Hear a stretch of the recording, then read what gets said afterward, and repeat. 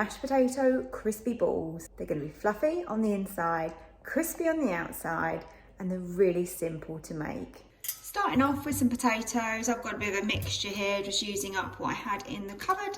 So to start with, we are just going to peel these and just make mashed potato as you normally would. The air fryer is so versatile, and I think potatoes are one of the easiest things that you can cook in your air fryer without going too wrong. Potatoes peeled, I'm going to fill this with water and boil those until they are cooked. My potatoes are cooked and drained.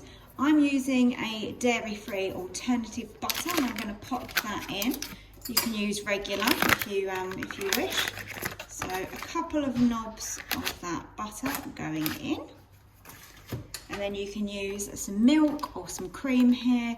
I've got again a dairy-free alternative, so that's just going in as well, and then some salt for seasoning. Give these a good mash. I haven't given you any quantities for the butter or the milk stroke cream, just purely because I do it by eye. I think you can tell when it is just the right consistency and how you like it. I find the easiest way to do this is to use some olive oil and pop a little bit on a plate so that you oil your plate, and at the same time you're then oiling your hands, and it just stops it from sticking. I then use an ice cream scoop to scoop out a portion of my mashed potato, pop that into my hands, and then just roll that, and I've got the oil on there, and that's coating the outside and it's stopping it from sticking to my hands, and I pop it on the plate. Easy, hey? So just carry on like so. I only really use the ice cream scoop to get the portions fairly similar. You could of course make these bigger, smaller, make them tiny little balls if you want, so they're more sort of crispy than they are anything else, but it's really up to you. You make them however you want. Sometimes when I do these, I put cheese in the middle, so then they have a little melting cheese centre. That is really lovely. Just depends what you're putting them with.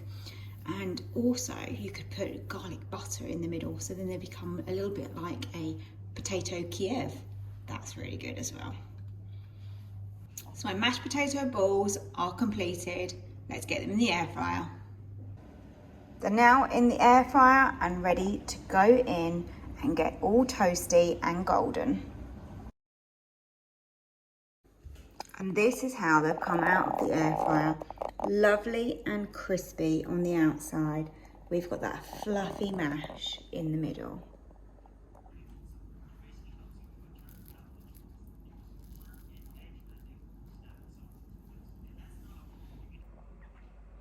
These are so good.